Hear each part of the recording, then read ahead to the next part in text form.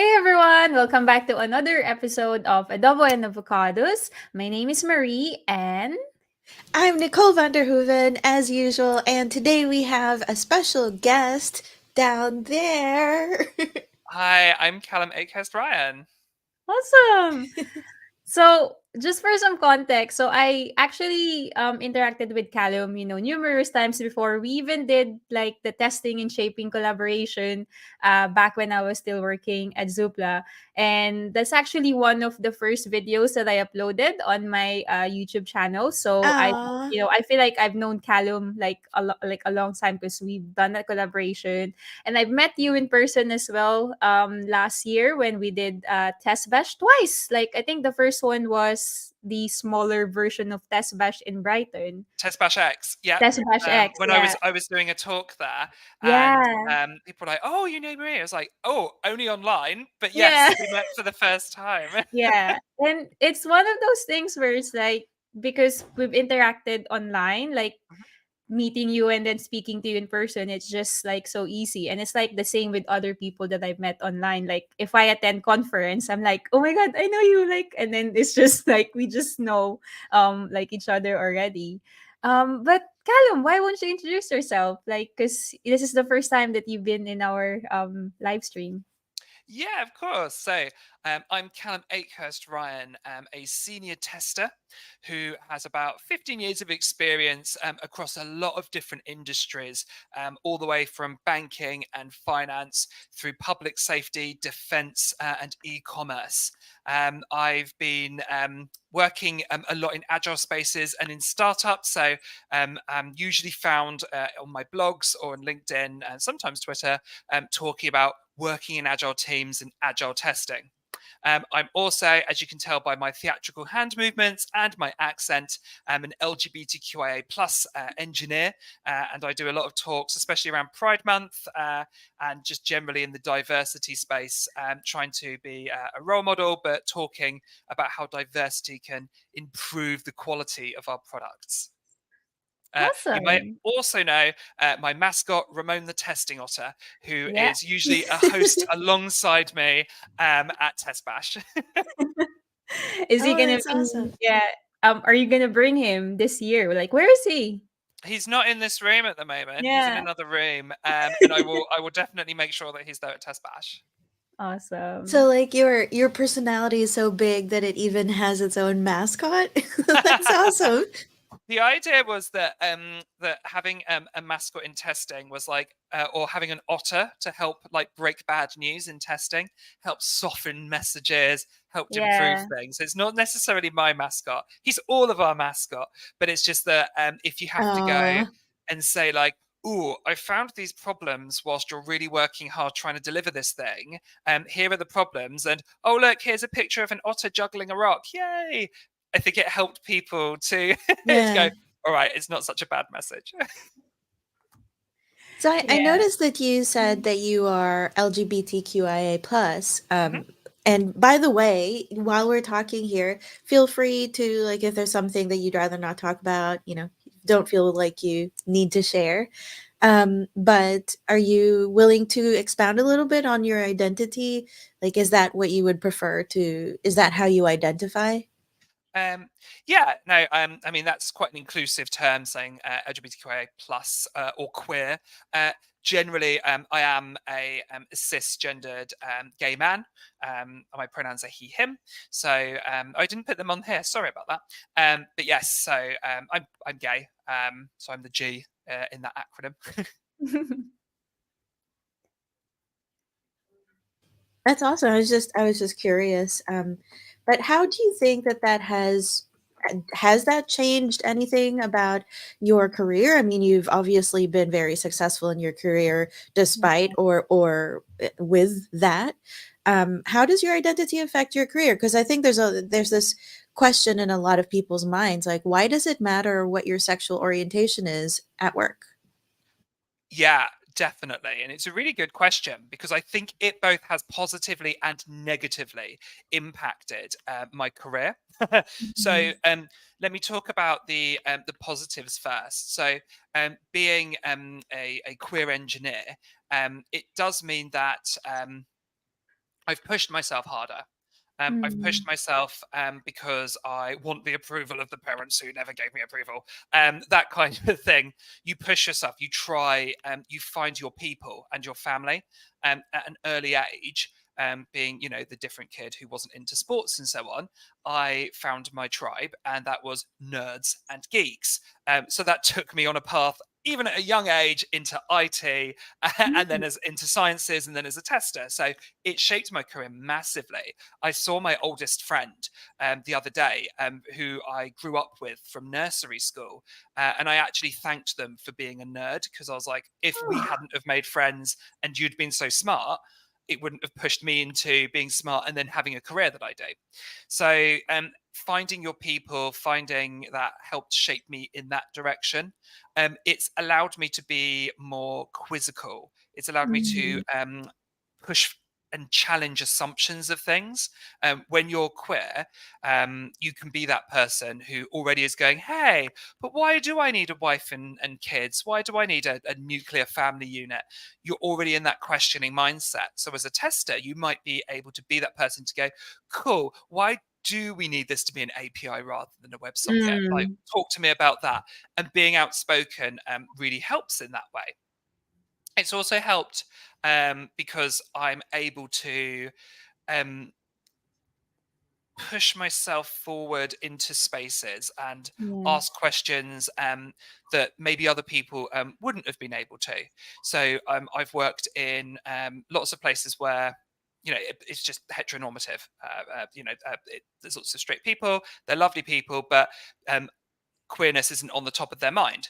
Mhm. So coming in as somebody who is diverse, you can say, hey, I've just thought about this. Your product only allows for saying spouses um, or single. Well, Yeah. what if I don't have a spouse or I'm single? What if I have a civil partnership, which is a different thing entirely? So that helps as well. So from a career perspective, there's lots of ways that being a queer engineer can help. But on the flip side of that, there's a lot of ways that it can be really difficult for you. And I don't know if you found this as well, but so being theatrical, being queer, being outspokenly camp, people don't think I'm technical, or they dismiss my Mm. technicality.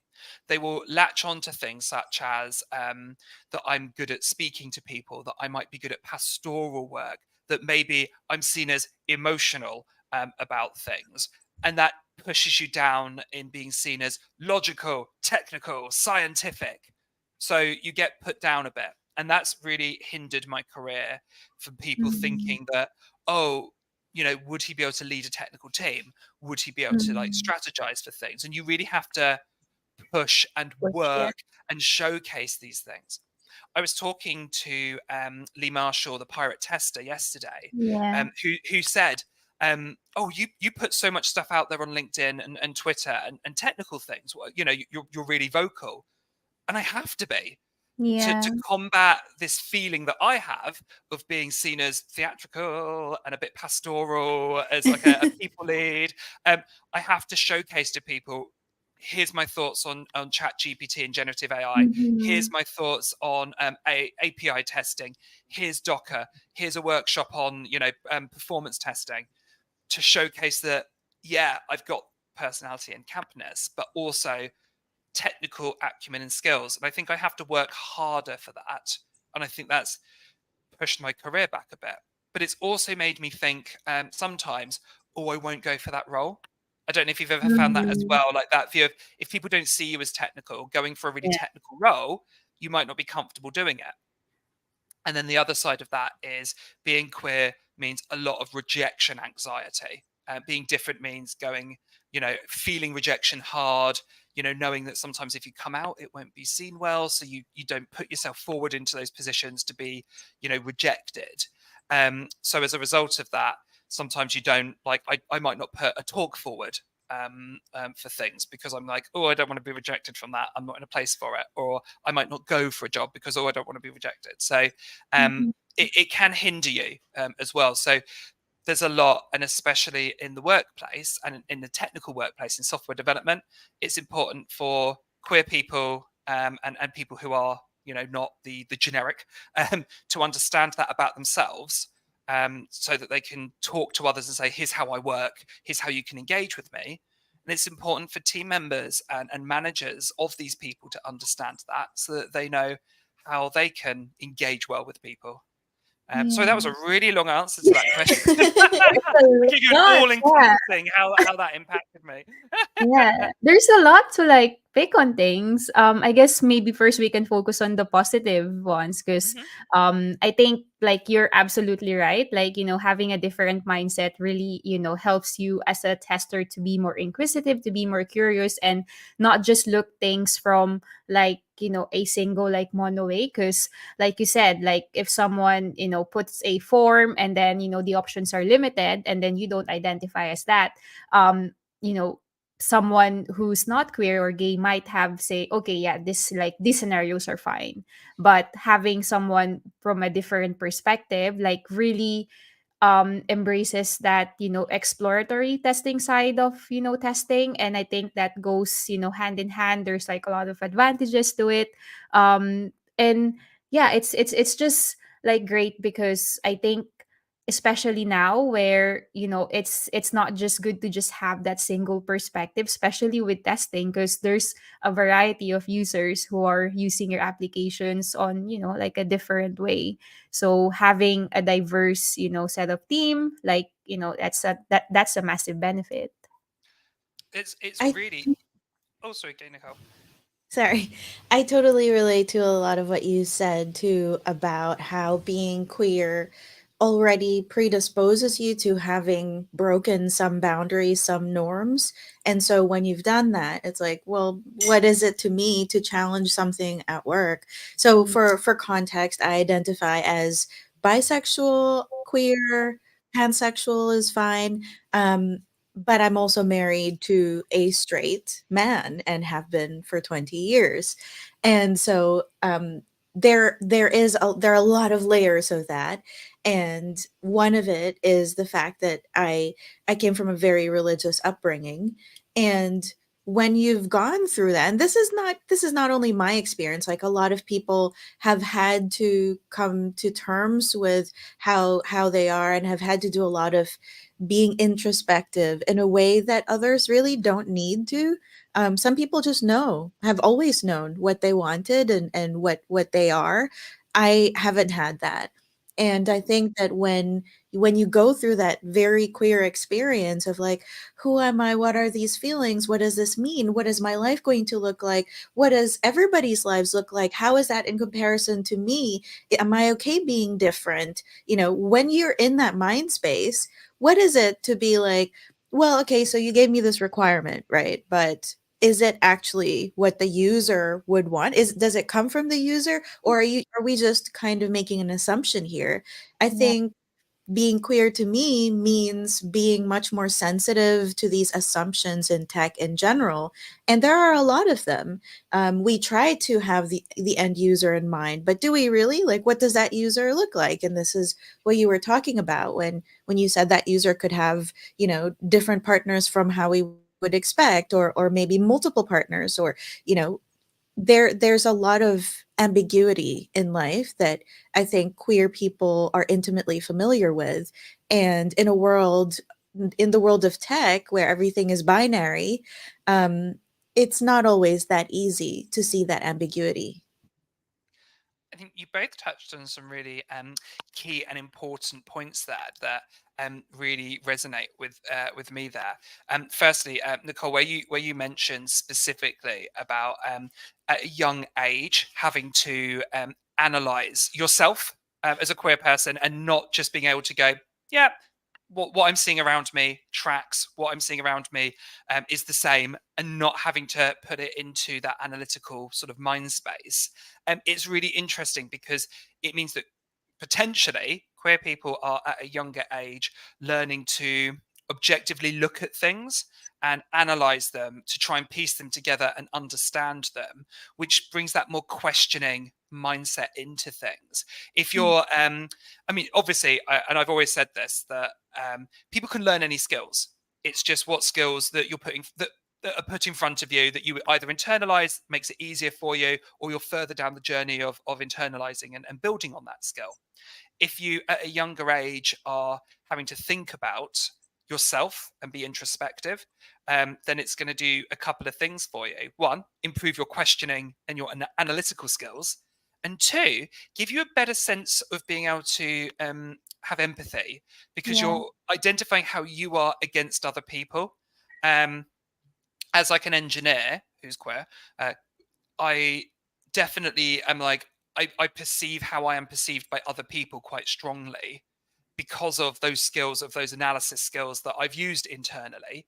And you keep, there's just something you naturally do. It's an innate skill at this point. So in a team, I might go, ooh, I was quite vocal in that one. Maybe I dominated the room, or ooh, I put words in someone's mouth. That might not be a good thing. So it gives you those skills as well. And then, Marie, what you said about exploratory testing definitely is really important as well, because the ability to have innate knowledge and innate skills means that you can call them to mind much quicker. Yeah. So if you're at a young age learning about something and you've made them innate, you're not having to think about your thinking. Exploratory testing is all about being able to pull test ideas really, really quickly so that Yeah. we can get deep into things. If you're naturally thinking about something that makes you a bit different from other people, if you're naturally like thinking about queerness, or if you have like a disability and that's top of mind Mm-hmm. for you, it's Yeah. natural to you to think about. It's different from someone else who might have to think about it. So your exploratory testing is just more natural and deeper. So Yeah. everyone's got something to bring in that sense. Yeah. Because, like me as an ally, and I like that you said that it gives you that, set of test ideas that you can just quickly go to. Because you touch on, for example, the accessibility part. It's, I think, in more than a lot of ways, it's made me become a better software tester. Because, like, before when I was starting, I wouldn't even consider thinking about different types of accessibility requirements. But, learning about the different perspectives of people, learning that there's different views, different perspective, then I think we can all learn from it, and that can like totally help our jobs. um but you did say something around like the negative impact, and in terms of like you have to try harder as much. And I think, Nicole, we spoke about this on like a previous episode, because I can see some link between, okay, me as an immigrant woman, Southeast Asian woman, and a divorced woman in tech.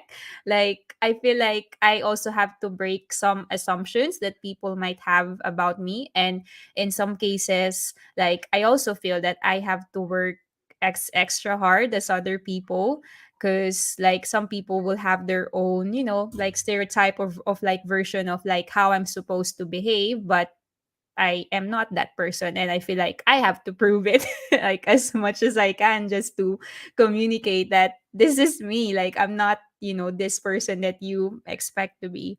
So I can definitely see or relate in some of that. I also love how, Callum, when you were talking about your experience of being out and also feeling like people don't always perceive you as technical, I love that my experience is almost the exact opposite, because I wouldn't say I've been in the closet. I've known for a very long time, since before I got married, but I wasn't always volunteering it at work. Mhm. And it's only like just in this last job where I started to like be a little bit more open about it, and also to friends and family. And I think because I grew up in a very traditional environment where women don't go into tech, women don't go into maths and sciences, women go into languages and literature and things like that, which I also love.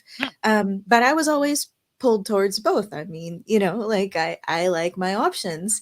And also I think that people, when they found out that I'm bi, they're like, "Oh, I knew there was something different about you," or "That's why you do all this nerd stuff." I'm like, "Well, doesn't really have anything to do with that, but Mm. okay, I guess I can see that they're different." And I think there is a perception there is like a little bit more of an understanding of like, oh, okay, so you were different in that way, and so now I understand that you were okay about breaking those gender norms as well, those gender roles.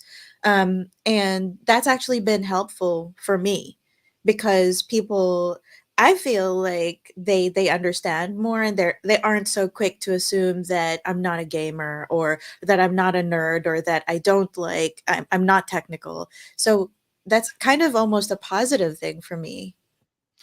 That's really important as well to remember that these you said about gender roles specifically.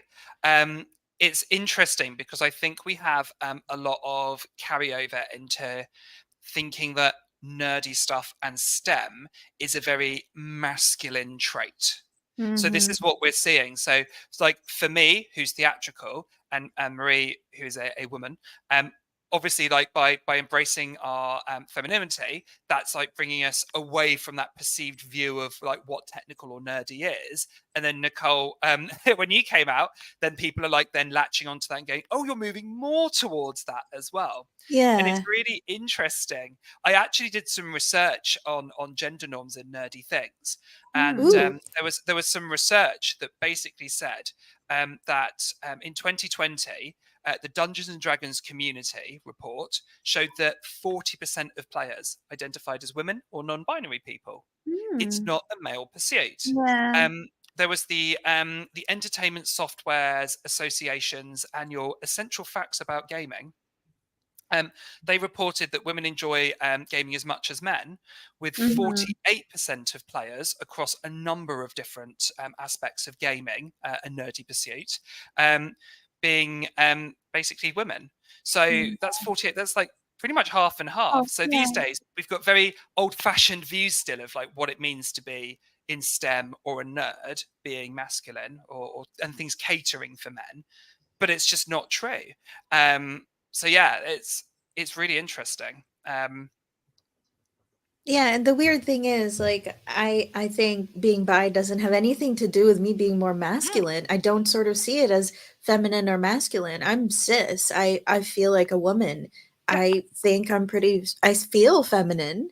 And so when people kind of equate that as like an equivocation of gender, I'm like, Mm, Okay, I'd never questioned my gender, but it helps people understand that.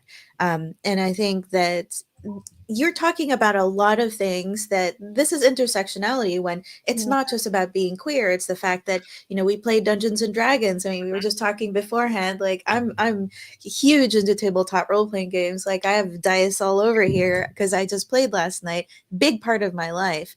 But also, just an openness. That is something.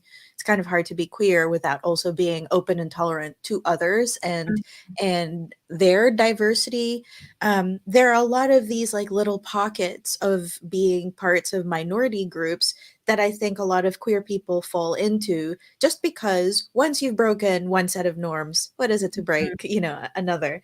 And I'm a performance tester, and there is certainly an element of like hacking the system and prodding it, and examining where its boundaries are, what makes it break, how gracefully or not gracefully does it break, what happens when it does, what happens to the people that are supporting it when it does. um, i think that I think that being queer really enforces that side of me that delights in breaking norms even at work. And that is a very specific attitude that is incredibly useful in my career. yeah, exactly. I think that by being open and having that being out, I used to work not out in some places, but now being out and working, it does allow you. It gives you a sense of freedom, Yeah. and I'm not sure how much of that comes from a view of being you know, being able to break norms and so on, or permission to yourself, or how much of it really is just not wasting energy on pretending to be something I'm not.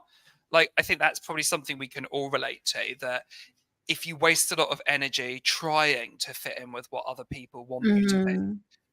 trying to be not yourself in order to look a certain way so that you're seen as more technical, seen as more logical, seen as a STEM member, seen as a scientist, then it's just, it's a waste of energy, and you're not putting that energy into your work, which Mm. is annoying.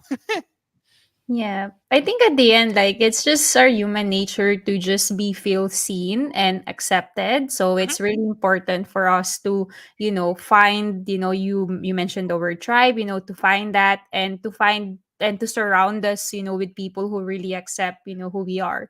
Because, like, even if we even if we like it or not, like, our society today, they still put a lot of, like, certain expectations on, okay, if you're a man, this is how you should, behave. And there comes a point when that masculinity, like, becomes, like, toxic, because it's not just toxic, to women, to, queer members of the society, but it can also be toxic to men, because if they are put into a, expectation that, oh, you should behave like this. And it's like, in, like, literatures, like, it's not like a new term, but it's like, reference before in, like, books, in, like, movies, where men are seen as, this type of person. And, like, in most cases, or in some cases, that can become toxic and, like, impactful to, yeah, a lot of people. Definitely. And that's why I think it's so important to have role models, especially in engineering and in testing, who Mhm. are, not just white men. Me. So it's but it's really important, because people need to, people need to see people like themselves thriving, succeeding, doing well. So I mean, snaps to both of you for, like, being out there, being technical, being, visible in the testing community, because you're being role models for people, right? And then it also helps other people who are allies, or to learn and to build empathy, to go, oh, awesome. Like, preconceived notions are dispelled because they're seeing tangible, real views of people that Mm. maybe don't fit stereotypes, which is cool. Yeah. So yeah, I think that's important, is that visibility. So anytime there's, like, a podcast, anytime that there's like talks given at things like the Ministry of Testing, or Agile Testing Days, where it's people who aren't just what you would expect from those sorts of groupings, Yeah. it's really great to see. Like, just like knowing that the most technical, and one of probably the sort of, like, highest, sort of revered exploratory testers, Marie, is a woman, who is awesome, and, like, so highly technical in her exploratory testing. It's, like, really great visibility, because it just showcases, it just smashes sort of, like, preconceived notions of things. So yeah, I think that's my little bit on. I think that's a double-edged sword, though, and I don't know if you feel this way, either of you, but, like, one of the reasons that I did choose to be a little bit more open was that I wanted to be that representation.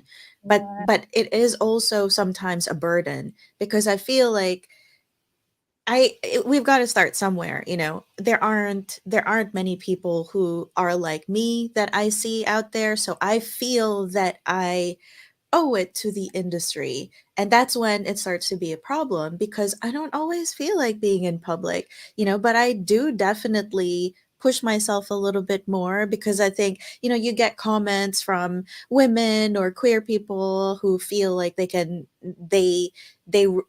resonate with something that I've said, or feel better that I'm there, or feel safer that I'm there. And I can't help but want to do it more, Yeah. because even if it means like sacrificing a little bit of my privacy, or yeah, just my time, I feel like I'm in a choice of either improving the industry in this small way, or not doing it. And it feels just incredibly selfish to say, no, you know what, today I don't want to be on camera, I don't want to talk about being queer or whatever.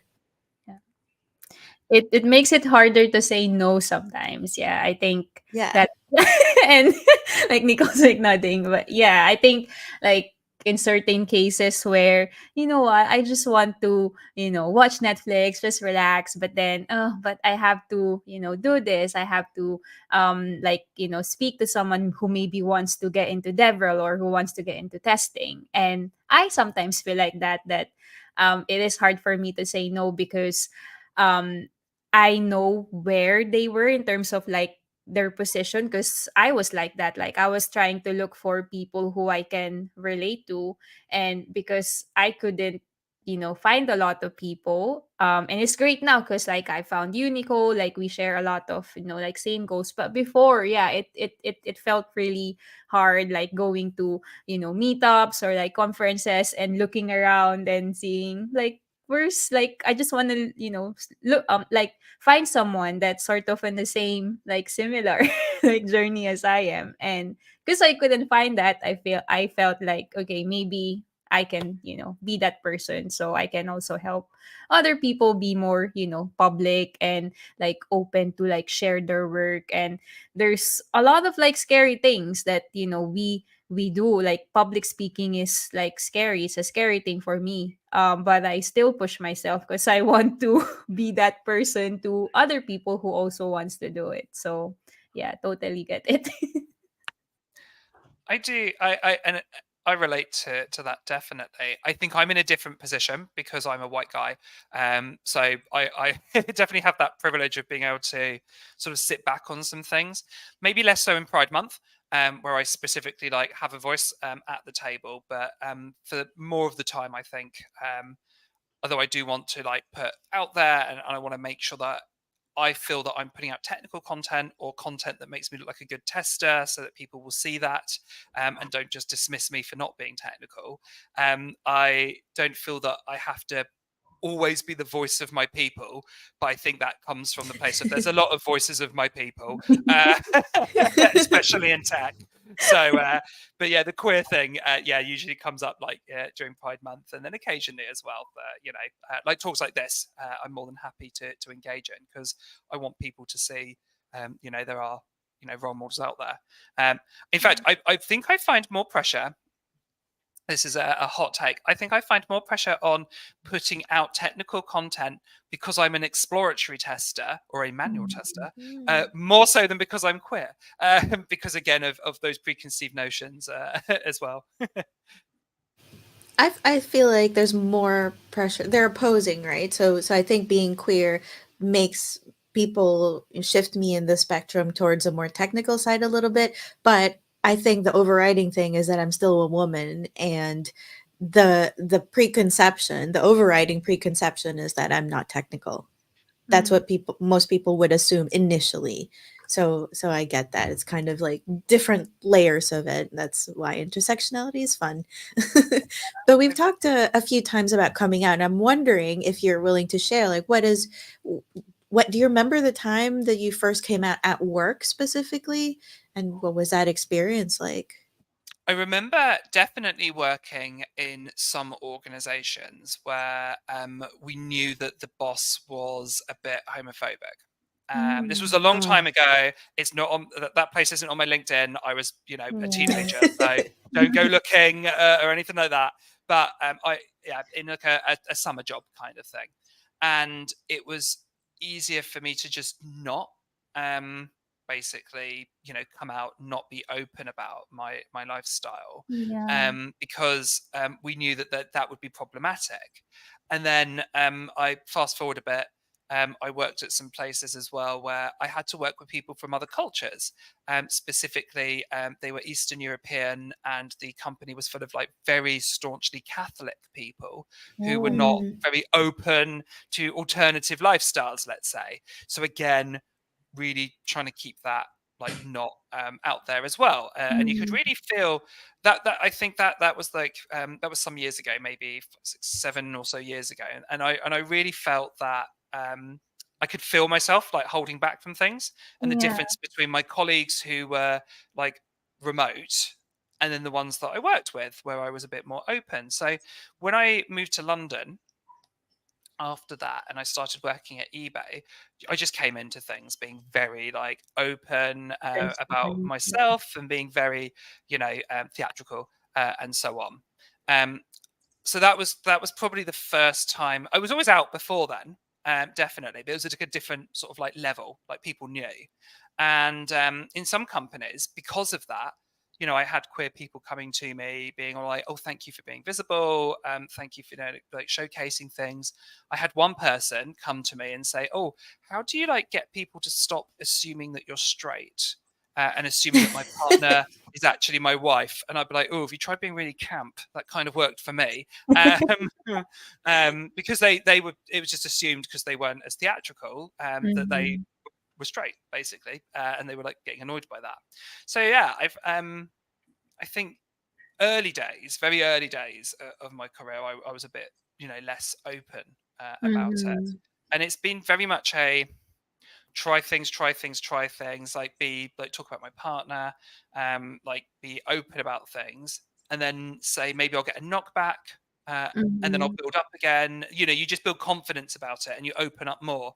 The place where I'm at now with work is I'm just very open about everything, Yeah. really. I'm not worried about things, but in the past maybe I wouldn't have been as open about everything. I think sometimes you want to assimilate to the people around you, and so you won't talk about the things that make you different. You'll talk about the things that make you the same. So you'll be like, Mhm. "Hey, I'm queer, but at the same time, like I live in a house, and I've got a partner, and all that normal stuff." But then nowadays, it's building up that confidence to be like, "Hey, I'm really different from you," and it's cool. Um, yeah. So yeah, I think from about the after university, after my summer jobs and stuff, I was never really in the closet, never really hidden, but it was just how much I chose to give people of things.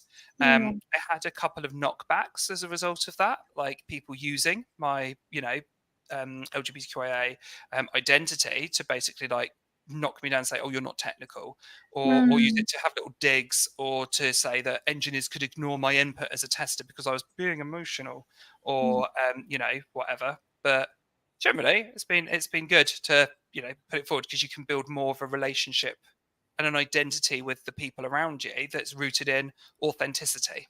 Yeah. When you were holding back, did you felt that, you couldn't grow as a like in your career as a software tester because you couldn't, like fully express who you are? That's a good question. I was putting energy into holding back, definitely, and not being authentic. Yeah. I think that sometimes if you're not being authentic, you can come across as a bit like having a wall up between people, not having as good a relationship with people, or fall back into, as a tester, definitely fall back into just using metrics and figures and science to relate to people, so that you're stripping emotions out of it. I think that didn't make me a better tester, and I don't know if it made me a better team member. So it definitely would have held me back career wise, I suppose. And you're putting so much energy into monitoring who you are as a person, and Mhm. adjusting who you are as a person, and meeting expectations of other people, that you're not learning for yourself, you're not growing for yourself, and you're not pushing yourself that you could grow in your career.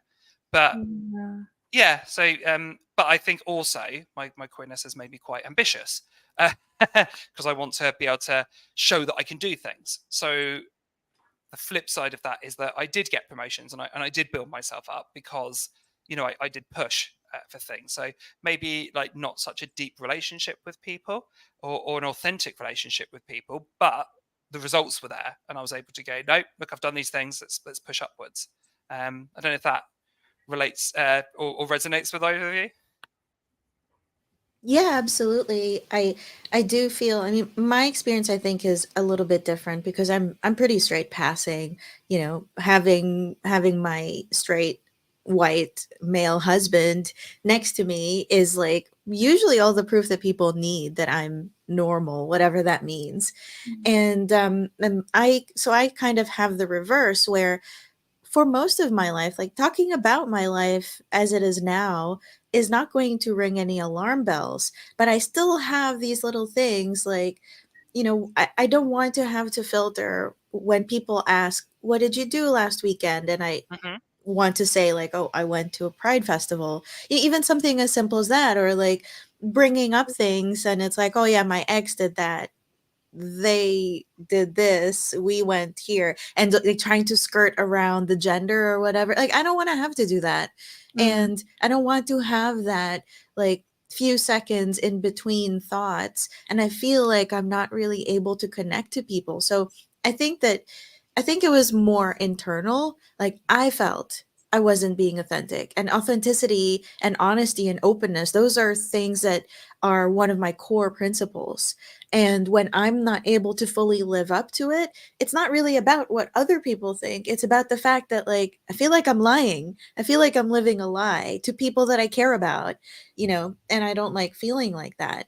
And we were talking about, Marie and I were talking about burnout a few videos ago, and in the book that I mentioned there, they were, so it's one by Nagoski and Nagoski, and they were talking about this idea, this tension between authenticity and what they call strategic inauthenticity. Mhm. And it really reminded me, I'm not sure if this is what they meant by it, but it reminded me of the pressure to come out, especially during Pride Month, like the pressure to be visible, to talk about your experiences.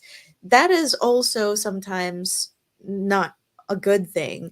For example, I recently spoke at a conference, and I kind of I applied for my own talk, and then I also applied with somebody else, and they asked all the questions about, they were trying to figure out what minority group you're part of, and I think that that comes from a well-intentioned place. They're trying to make sure that minority groups are represented, which I think is a very good thing.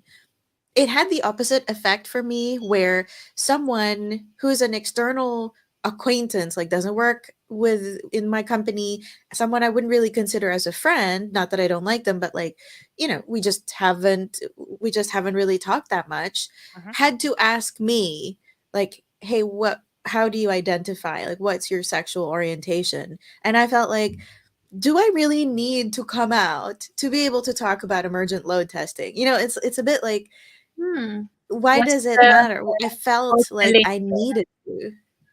I I can feel sometimes the opposite side of that, where because I am out a lot of the times and quite obvious, but a lot of the times people will make an assumption that I'm a vanilla person, you know, cisgendered straight white man, just from maybe just from a photo or whatever, and they'll say, like, in a panel, they'll be like, "Oh, there's no diversity on this panel."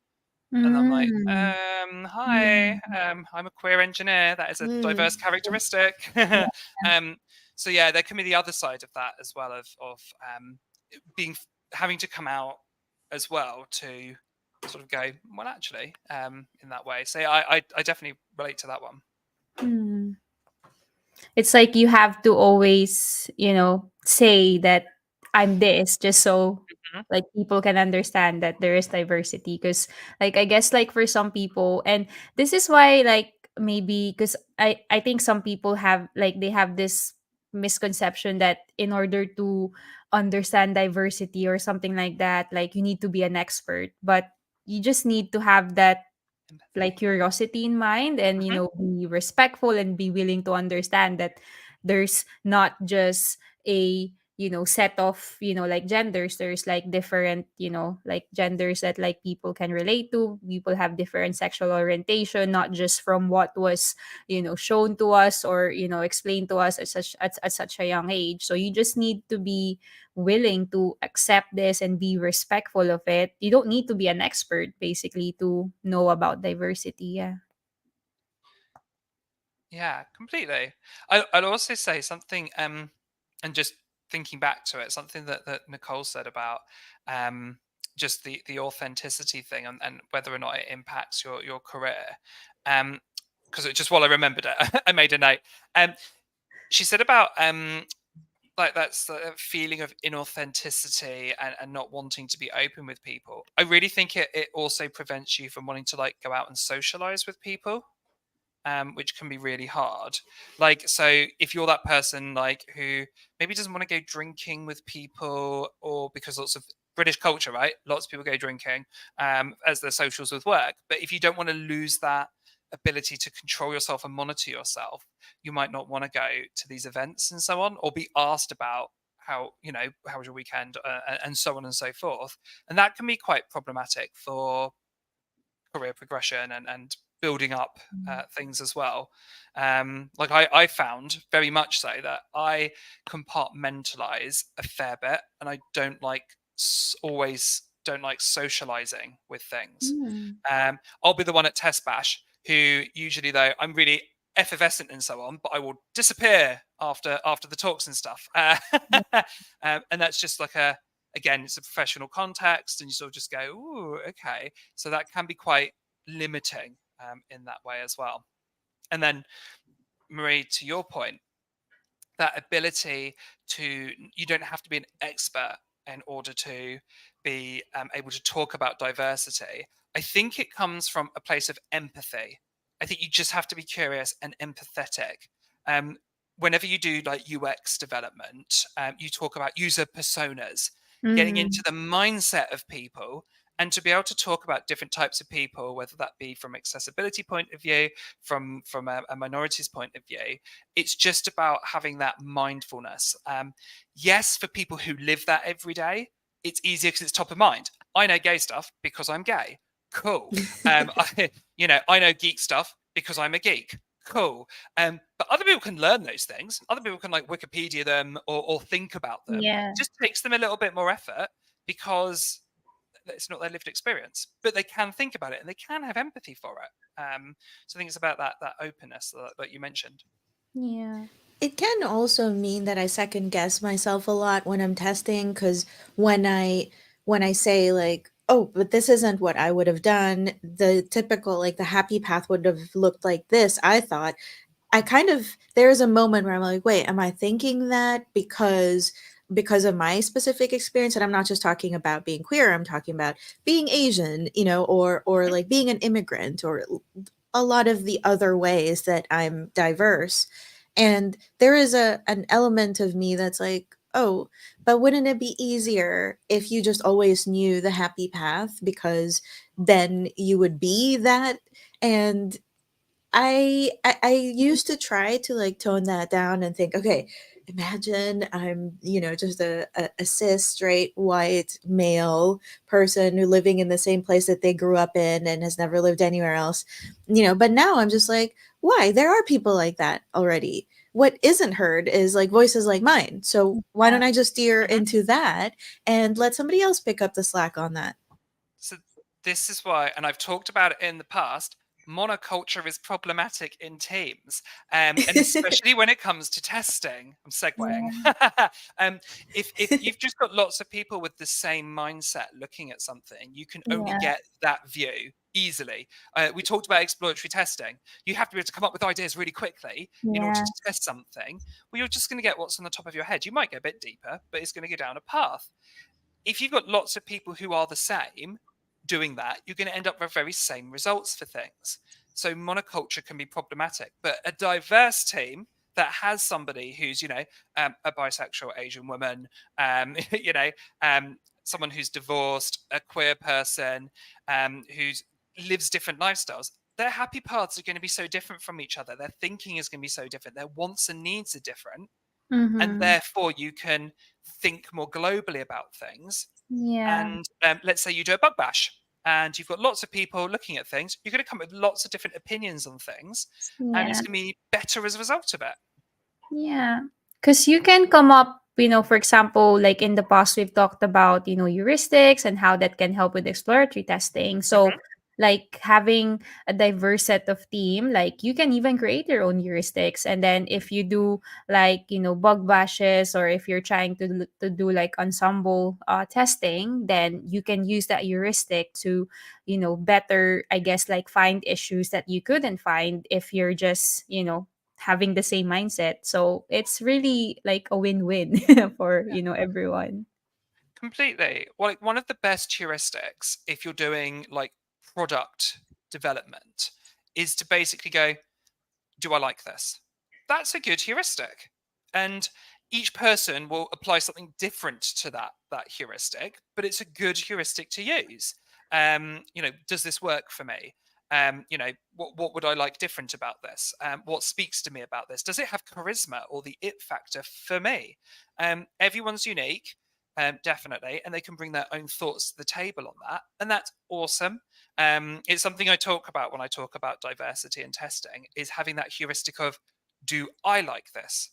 But as you build up in a team that is diverse, that sort of like that absence of monoculture, absence of everyone thinking the same, and you learn more about your colleagues, your heuristics could be, okay, would Nicole like this? Would Marie like this? And you can use those heuristics, and Mm. it's like using personas in a way. Yeah. But it's making it more real rather than the Yeah. theoretical. But there's nothing wrong with using the heuristic of, do I like this? Because you're a Yeah. person, and for a product, you're a user, you're a consumer. It's a quick and easy way to find stuff out. And if you're finding that you're in a monoculture and that everyone's thinking the same way, and there's a lot of like group think, and everyone's like, yeah, it's definitely the right way to do things. Yeah, it's definitely the right way to do things. Okay, maybe then you need some other heuristics to sort of objectively look at it and go, would this work for other people that aren't us? Yeah. But generally, a good rule of thumb is to bring yourself into your work. We talked about authenticity. This is a way of bringing yourself into your work, and that doesn't have to be because you've got a diversity characteristic. It's just Mhm. about every person can bring something to the table. Everybody has different likes, dislikes, and so on. You can bring that to the table. Like maybe, and I hear it a lot because of my branding, maybe you don't like certain bright colors. Maybe acid green isn't for you. And you can say, hey, this doesn't work for me because of these reasons. That sparks conversation and critical analysis of things. Yeah. I also think that there's an overemphasis in tech to focus on things that are clear cut, on the binary part of it Mhm. all, on like, does this function? Were the requirements met? The Mhm. reality is that maybe most of how people feel about an application or a product is going to be based on feelings. Surprise, surprise. Something that is pleasurable to use or fun to interact with is going to be seen as performant or functional or reliable, even when it's not. So if you are skipping out on figuring out the things that you can learn through your empathy, then you're really missing a big part of it. I remember I was actually filling out a form the other day. I can't remember. I was signing up for some service or whatever. And they asked me, we got to the point of the address, but they didn't need my like billing address or something. The field said, "Where are you from?" And I'm like, "Oh my God, I feel called out by a form You right need like a now. paragraph, yeah. I don't know what to say." I'm not offended. I'm not triggered. I'm just like, I wonder what this person was wanting to know. Is it my physical location? Because I live in two countries right now. I like literally I go back and forth between them all the time. Mhm. So like, are they thinking about it in terms of language? So if I say I'm in the Netherlands, will it come in Dutch? Like there's so many things, and the idea of like having interfaces is being able to reduce those points of friction so that people feel like they're interacting with the application. And when you have something like that that just brought me out and made me think, like made me question myself outside of what I was trying to do, that's not a great experience. I'm not saying it was like traumatizing or anything, but there is a separation now between me and interacting with the application. Yeah, definitely. It just trying to get into other people's heads, even as a user of an application, it can be really difficult, because not only have you got to think about what you know, but what your customers might know about that. It's meta thinking, right? It's, I know this, but have I conveyed it to people? You find it Mhm. a lot in, I don't know if you're working in agile, Marie, I know you are because you do story shaping. That's something that we do. There's a YouTube video out there, how to write good, how to be a tester in story shaping. We'll um, link it, yeah, in the video. if you're writing stories, if you're writing user acceptance criteria or requirements, a lot of the testing around that is, what do you mean? What do you want? And sometimes people, because they live in their heads, they know a lot of stuff, they've got a lot of context, and they think something's obvious, but it might not be obvious to everyone. So we have to be able to put that information out there and say, hey, what do you want? What's actually needed here? Why are you asking for this? Can we make that clear to people? So yeah, I think a lot of testing is that. And in a monoculture, a team where everyone thinks the same or has the same context, they're all making the same shortcuts in their brain. And with those same shortcuts comes risk, comes assumptions. We need to be better at calling those out and going, cool, you've said that. Where can I find that information? What does this mean? What assumptions are you making here? I think that's quite important, because otherwise you're just all doing things because you're all doing them and you're all agreeing, because it's a group think, it's a yes culture. Yeah. I think there's another like importance that we can highlight here with diversity is that, like, with work, it can create that culture of psychological safety. Mhm. Because in a monoculture, like if everyone's just agreeing to the same thing, but then someone is like, oh, but have we decided this? Or maybe they're gonna be too scared to speak their mind because that's not what everyone would agree on. Whereas with diversity, because we're acknowledging that everyone has diverse mindset, everyone has different perspective, it opens up to that culture of, okay, like we have the psychological safety. I'll be comfortable, conveying things that I want to say because like the team is open about it. So there's also that element. Do you ever find yourself in your team asking something and doing that whole, oh, does that make sense afterwards? Where you ask a really valid and pertinent question Yeah. because assumptions have been made, people Yeah. have like decided on something and they're not explaining it. And then you go, oh, yeah, you said this and I didn't understand it. Does that make sense? And that's like a surefire sign of a lack of psychological safety, because you're having to like qualify your very valid and pertinent questioning of things, which comes from that monoculture view of things. I can see by your reactions that yes, that has happened in your careers before, right? Yeah, I think it's also it is the culture, but it is also internal. My therapist called this out a long time ago where I do a lot of that, like, I'm sorry, this must be a stupid question, but, or did that answer your question, or did that make sense? Or Mhm. and I do a lot of that, like checking to see somebody's reaction, and I want that continuous feedback. And I think that is also part of the queer experience of like trying to, that there's this whole level of ambiguity, and there's so much that is unsaid. And it's hard for me to navigate that, to be with people who read the air, or maybe I'm reading the air and they're not, or whatever. I think that there's also a level of communication. I feel like I require a higher level of communication because I like to be clear. Like if I ask someone, what do you think of this happy flow, and they're like, yeah, I think it's good. I have been in situations where somebody else was like, okay, well, let's move on. I'm like, wait, you said yes, your Mhm. word was yes, but there was hesitation there. And I think you need people like that to be like, okay, what was that hesitation based on though? Because if you felt it, then chances are our users will feel it too. Yeah. Yeah, I think it speaks to high emotional intelligence as well. Like if you've lived a life that's other, or if you feel that you're in a group of, you're different from another group of people, your emotional intelligence is going to be spiked higher.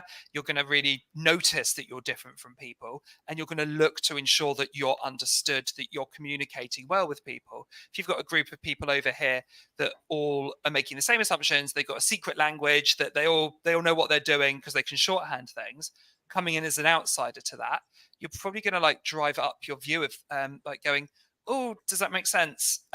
Because I want to be clear, I want you to understand me because I'm not part of your group. That comes up. But it speaks a lot to, yeah, just emotional intelligence and how you interact with people, which isn't a bad thing at all. It's just a thing.